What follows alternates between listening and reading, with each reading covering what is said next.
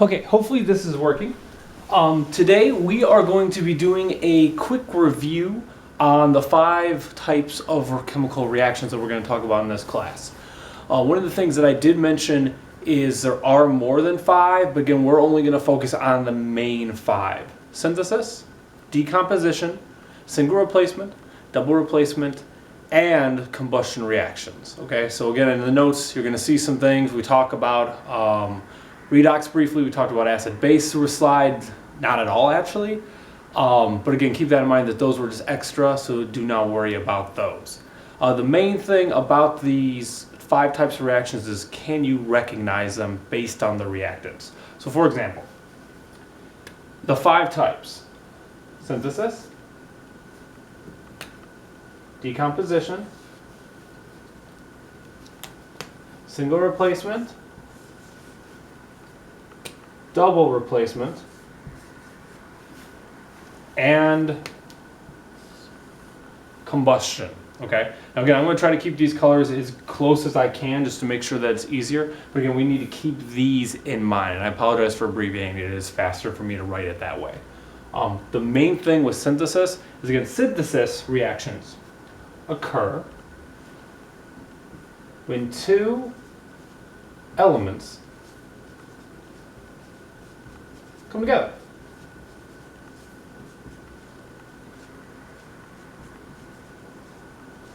Now, again, that's not too bad, right? Again, synthesis by definition is when things come together. So chemists, again, being lazy, decided to call those synthesis type reactions.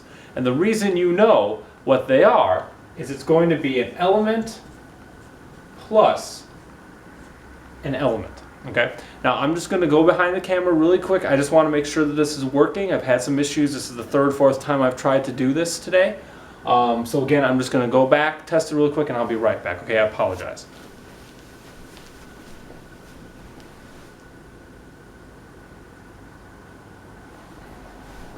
Okay, at least from my screen, everything looks good. We're going to kind of go from there. I apologize if it doesn't work out. If I have to redo this, I will again. This is the 3rd time I've said that. Decomposition reaction is again when 1 compound breaks apart. So what this will look like is, very simply put, you're going to have 1 compound and that's it. There can't be anything else coming together because a decomposition reaction is one thing breaking down. So this is the only one where you're only going to have 1 reactant. Again, I'm going to add that arrow up here with synthesis as well. But again, with this, this is only going to be the type that you see this with. So if you ever see just 1 reactant, it's automatically decomposition, automatically. Because by definition, it's just breaking apart. These 2, again, normally go really, really well. It's just breaking apart into its elements or fusing together. Again, we'll kind of talk about that briefly in a little bit. Single replacement. A single replacement reaction is going to be 1 compound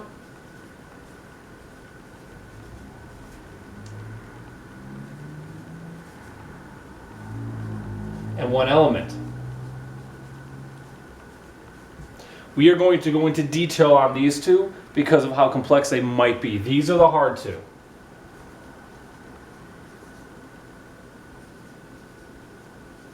But we're going to talk about that, so eventually these will become super easy for you. Again, this is going to look like, first mistake. This is going to look like a compound plus an element, or an element plus a compound. Again, according to the additive property of mathematics, it doesn't matter. I did have students over the last few years, if it's not one way or the other, they've said that that's why they've gotten confused. Again, you can flip these 2. Not a big deal. And then again, a double replacement reaction. Double replacement is just going to be 2 compounds.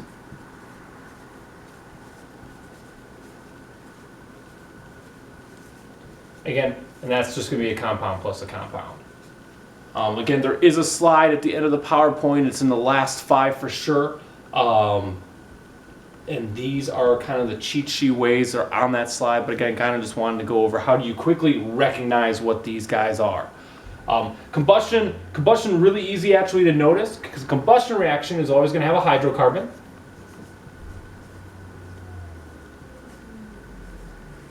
Again, a hydrocarbon is exactly what you think it is. It's carbon, some number of them.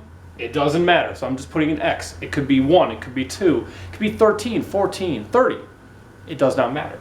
And again, for it to be a hydro, it would need to have a carbon. Again, I'm just putting a Y there, because again, that number doesn't matter. It could be C3H5, it could be C3H12. There's a lot of different ways you can do that. Plus oxygen. Again, oxygen, diatomic. Okay, again, be careful with that. This is one of the biggest things that I saw from last Friday. People were getting it, they were just forgetting that one little thing about the diatomics. That have no fear of ice cold bears, extremely important. Okay, again, I'll put on the side once we start going a little bit more about these guys, especially because one of the reasons why these are hard are the diatomics. We can go from there. And again, this will always make carbon dioxide,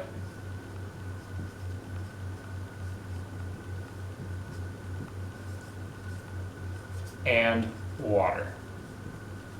You know, instead of doing, just change that to a plus. Again, it'll always make these two. Again, this one a lot of people think is the easiest because honestly, in a way, you don't have to think. Combustion always makes CO2 and H2O. It doesn't matter what this is. If it's going to look like this in the reactant, again, these don't matter the numbers, it's always going to make CO2 and H2O. Again, you can flip this order again, additive property, it doesn't matter. But again, keep that in mind, okay? Now again, I'm just going to kind of pause for a brief second, just kind of let you maybe look at this. I know some of you are going to be taking pictures because I know that helps some of you. But again, this is kind of just a brief recap of what they are. And now I'm going to kind of show you how to break it down just a little bit, and we will do more practice in this on class on Monday, January 25th, okay, 2016. So again, I'm just going to pause and step back, and then I'm going to start erasing.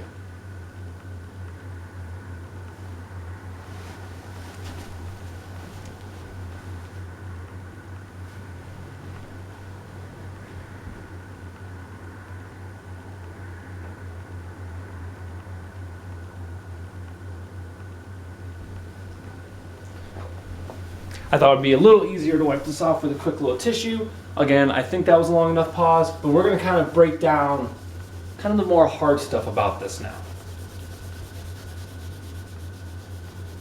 Again, just to make sure that I'm good with the color coding, because again, I've been keeping colors for a reason. I'm just going to briefly kind of give myself a reminder. Again, I want to keep these colors going throughout, because I know for some of you colors definitely help.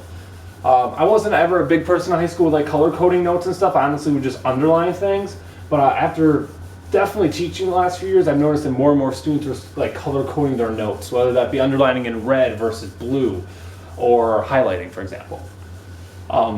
Now, the first thing we're going to talk about is, again, let's go back to basic synthesis.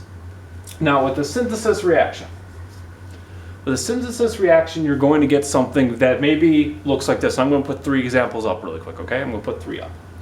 You could have something that's easier, like calcium plus sulfur. I could give you something a little bit more complex, maybe like potassium plus nitrogen. Or I could just be flat out crazy and say, you know what, nitrogen plus hydrogen. Now, again, as you notice, those are all elements, okay? Now, one of the things that I see immediately is I have students tell me this is synthesis, this one's been fine. But students will tell me this is single replacement. Now, the reason they're going to say single replacement is because, again, they think this is a compound because it says N2. And again, a lot of people, if you look on your notes, I see people counting on Friday especially, they'll go 1, 2, 3. Well, the only one with 3 is going to be single replacement. The element plus the compound, so there's going to be 3 elements. Well, this is an element.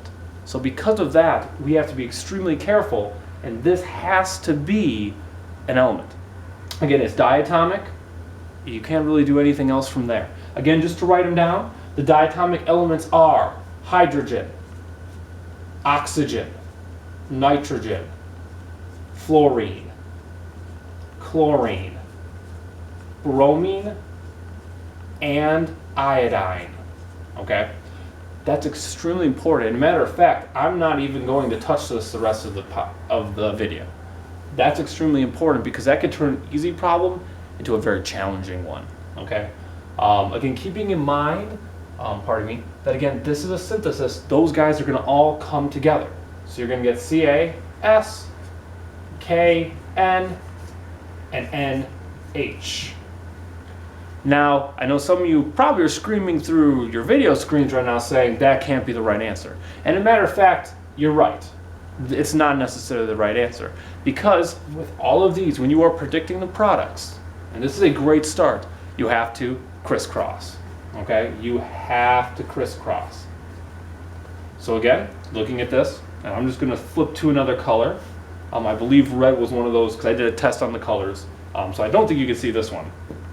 You're going to have a +2 and a -2, a +1 and a -3, and a -3 and a +1.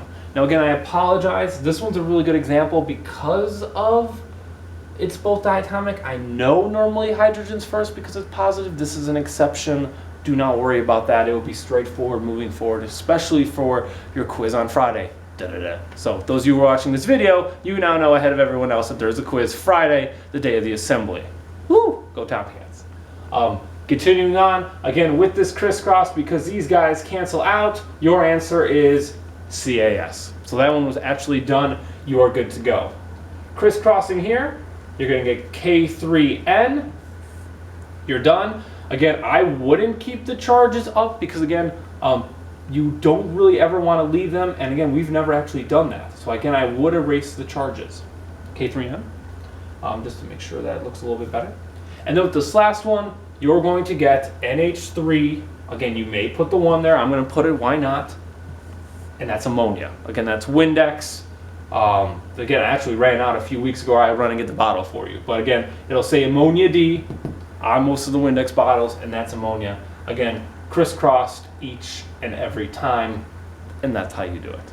Again, you guys have been really good with crisscrossing, so this isn't anything you guys should be scared about. Again, as long as you remember the diatomics, everything should be okay. But again, that's kind of a quick example on how you do the synthesis reactions. Again, I'm just going to pause for maybe a few seconds, and then I'm going to go right into decomposition.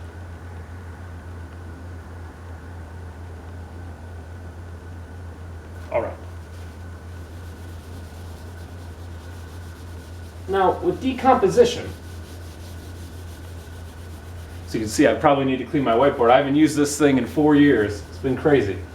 This is the board I tutored Bio 101, Chem 141, Chem 142, Chem 100, Bio 100, and Bio 102 a little bit when I was at North Central. There was a health teacher, a health professor I should say, that was just throwing this out one week, and I'm like, hey, you know, I tutor kids, I might be able to use it. So it's pretty cool. It's actually really light. So again, I might be able to take these out there. Maybe I can go around Batavia a little bit with some of these videos and just randomly be at different places. Again, my apartment's really boring. So maybe a few of these times I'll be outside. I'll show you guys Batavia a little bit just to be a little more fun with it. The next one we're going to do is decomposition, and that should be the pink color, which that is. All right. And immediately what I'm going to do is I'm going to erase the crisscross, because with this one, not really having to worry about that too much. You're going to get some examples like, maybe you'll get, just trying to think of stuff, MgS. Again, that's crisscross, +2, -2, so that's good. You could get something like, you know, I think I did this example in class, so never mind, I'm going to flip it up a little bit. You know, just to be, I know it's boring doing Mg twice, but we'll do magnesium oxide. And maybe we'll get something a little bit more exotic. Maybe like H2O. Again, +2, -2, that's good. +2, -2, we're good. +1, -2, the crisscross has happened. Now here you don't really need to crisscross too much because you're just breaking it down. And again, it's going to break up into 2 or more things. With these, it's all going to be 2 things because each of them has 2 elements, okay? So again, this one's going to be magnesium plus sulfur. That's it. Magnesium, again, and we'll talk about this later, is a solid, and sulfur is also a solid. Again, that's because they're both black on the periodic table. If you look in the classroom, those are solids. This one, I've shown you the ribbon, and this one is that yellow powder that really smells, especially with Halloween when I did the SpaghettiOs demo. So if these are both solids, you would be good to go. This one, again, magnesium, is a solid. And oxygen. Well, you know oxygen's a gas, but there's something wrong here, okay? And again, that something results back to the fact that oxygen is diatomic. Again, because oxygen is diatomic, you have to put the 2. Now you'll see the 2's and the 1 here don't add up. The oxygens do not equal each other. That is something we're going to hopefully talk about next week starting Tuesday. Okay, that's kind of a big deal, and we'll spend the time on it. But right now, don't worry about that. And here, of course, double diatomics. Both of them are gases. Again, when oxygens are not good, you would need to balance this. Honestly, the only trick with this one is if you remember the diatomics, you're going to be just fine. You're going to be just fine. And again, that's kind of how they all work. I will have to give you hints on what this is, especially if it's something bigger. For example, if I, again, pause really quickly, I think I've given enough time, but I do want to show you one where it might break up into multiple things. And then I'm going to kind of walk through what I have to do as a teacher for you guys. I'm going to keep that water one at the bottom too. So with this one, what if I have something like baking soda? That is the chemical composition for baking soda, okay? Which is something kind of cool if you think about it. Now, looking at this, you might say, okay, maybe you can get some sodium out of this. Because again, I see an Na. Cool. Now again, this is hydrogen carbonate or bicarbonate. It is a polyatomic that we have boxed on the back side of your periodic tables. But again, it's not one we've used a lot. But again, this is a really good example of one. But if you look at this guy, there's a lot of stuff you can make. You might be able to say, okay, there's H's and O's, so I'm going to make water. And then you might say, okay, maybe I can make some CO2 as well. Because again, I see some C's and O's. Well, that looks good. But there's really nothing telling you, well, you guys also have worked with hydrogen peroxide, which has H's and O's. Or carbon monoxide poison, which is C and O. And maybe you'll make oxygen gas, or maybe you'll make hydrogen gas. You might make a whole bunch of stuff from this because, again, anything can reorganize itself in any way. Kind of like a little puzzle piece. But again, if I don't give you hints on what it's going to do, it's not going to work. So for example, with this one, I might tell you you're going to get a metallic solid when this decomposes. You're going to get a liquid that puts out fires, and you get a gas that puts out fires. Well, that's really useful information. You should be able to figure that out. Or maybe with this one, I might say, hey, it'll break into a metallic-y soft metal, that's sodium. It'll break up into 2 gases that can catch fire. That's hydrogen and oxygen. Again, that's the rocket lab.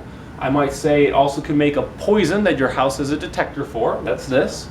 And I might give you a good hint with hydrogen peroxide. Or I'll just give it to you as one of them. Again, because you might be able to break apart into different things, I have to give you this information. Okay? If it's straightforward like this, yeah, you're good. But if it's bigger, I will provide that information to you.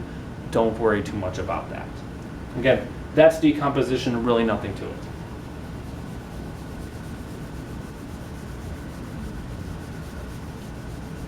And I think I already could tell this video is going to be a little bit longer than I wanted it to be. I apologize. I wanted to keep these kind of small, but we'll kind of see what it looks like at the end of the time. So this one might be long, and I'll kind of break it down prior. But again, I would rather go into detail here and have you watch a longer video than me go through it really quickly and you're like, well, I got to watch that again anyway.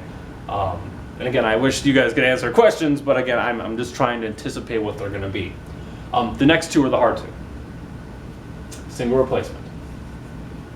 Single replacement is key. Here's 2 examples. I could have potassium plus, let's go with iron 3 chloride. Or I can get chlorine plus nickel 2 bromide. Now, these are two distinct examples. I will tell you, if you have your little cheat sheets out, potassium will flip with iron. Potassium is better than iron. And chlorine is better than bromine. Okay? Now again, that's something that we're definitely going to talk a little bit more about in class, so I'm not going to spend time on that here. But again, you need to know how to use that little cheat sheet I gave you on Friday. Again, it's only a piece of paper unless you know how to use it. So again, if it's making little sense on why that works, please let me know, okay? I want you to be able to use that. I don't want that to just sit there in the quiz and test and you don't know how to use it. But again, I will say that these will work because the activity series, potassium is actually one of the best ones and chlorine is actually the second best of the nonmetals, that little small list at the bottom. Now when looking at this, again, you need to realize what you need to move. This is positive, and that's negative. This is negative, that's positive, and that's negative. Again, I didn't put the charges, that doesn't actually matter. Okay, I could have put +1, +3, -1, -1, +2, -1. It wouldn't have mattered. It's positive or negative. Make it easy on yourself. Well, if I flipped these two things, the positive with the negative, I want to get positive, positive here. Oh, that's going to repel, right? That's not going to work. And here, if I flip these two, you're going to get positive, negative, negative. Well, that's not going to work either because two negative things repel. Again, if we're just talking about magnets, and I'll go down here, again, two positive things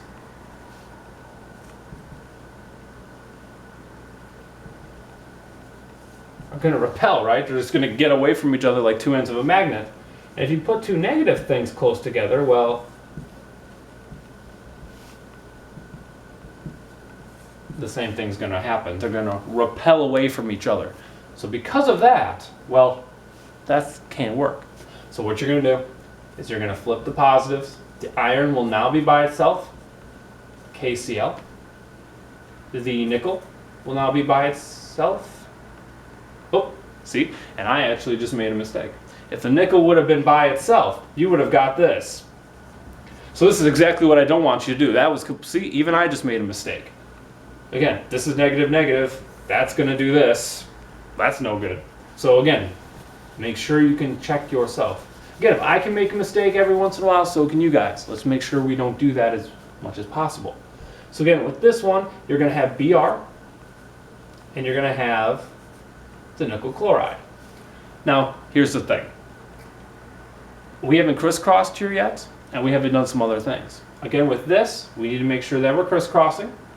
Again, iron is by itself, so there's no charge. You're done. Potassium is +1, chlorine is -1. Hey, we live in. That's correct. Okay, so there's really nothing to that one. With this one, again, bromine is diatomic, so we need the Br2.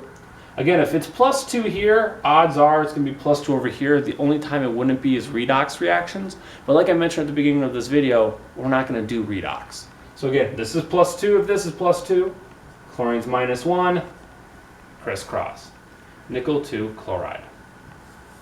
And again, I wouldn't keep these here because again, I don't want that distracting you. And that's how you do those too. Again, the metal that's by itself has to be better. Has to be better for it to work. And chlorine has to be better too.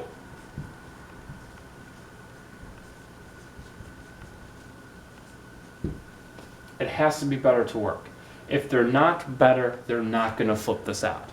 If this was like silver, silver would quote unquote tap on nickel's shoulder, or iron in this case, and it wouldn't do anything. Again, the most reactive thing is going to be what's going to react. Potassium is more reactive, it will switch out with this. Iron is less reactive, this reaction here could not go this way.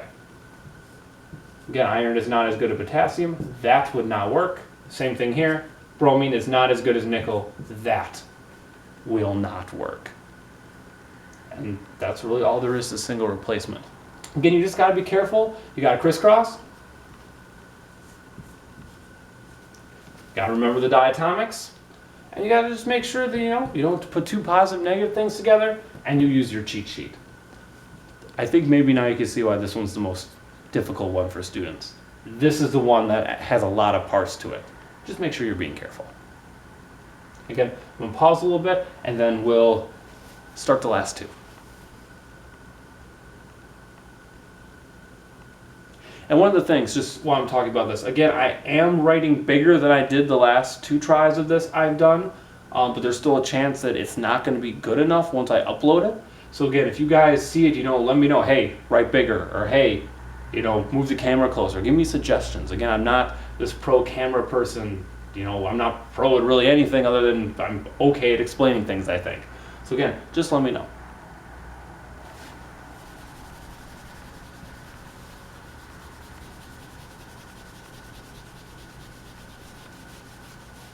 And again, let's start the last two. Again, that single one's the hardest one, okay? Single is the hardest, it's all downhill from here.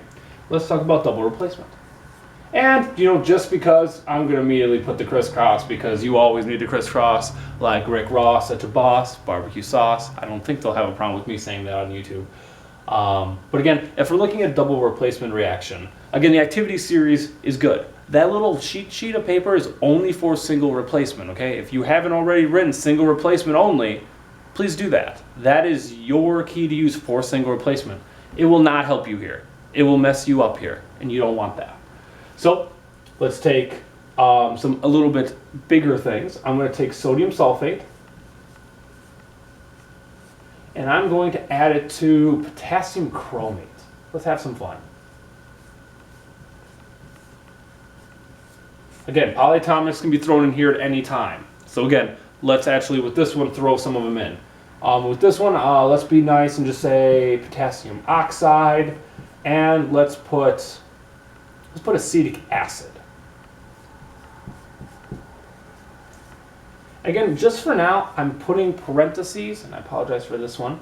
I'm putting parentheses around my polyatomic ions. Again, those are on the back of your periodic table. All of this is crisscrossed correctly, and you're good to go.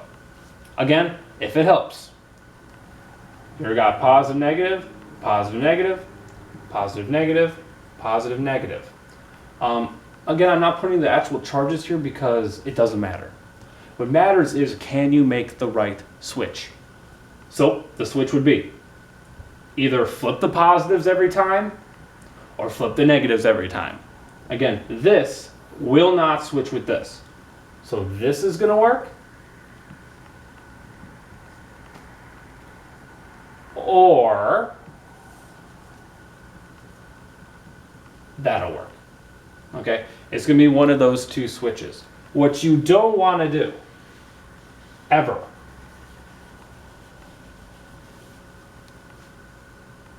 what you don't want to do ever is this. You never want to do this.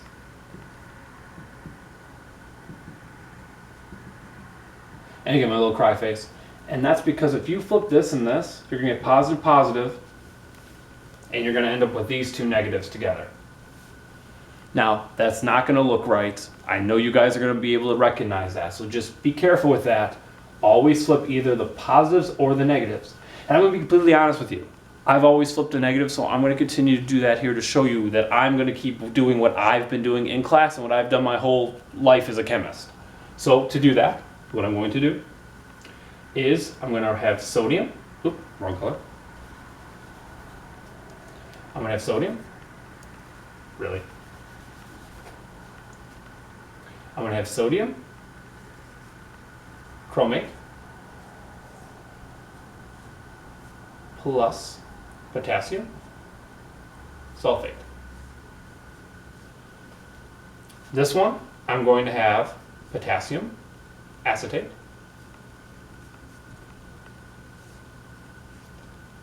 and HO. Now, again, I know some of you are already ahead of me. I haven't crisscrossed this at all yet, okay? It does help just to lay it down. Put the parentheses around the polyatomic, so why not? If you have to put a number outside, you're already done with that then. So again, whatever is up to you. Some of you do, some of you don't, and that's okay. But again, it's just a good cheat sheet way just to make sure you're not making too many mistakes. Got a plus 1 and a minus 2. We got a plus 1 and a minus 2. We got a plus 1 and a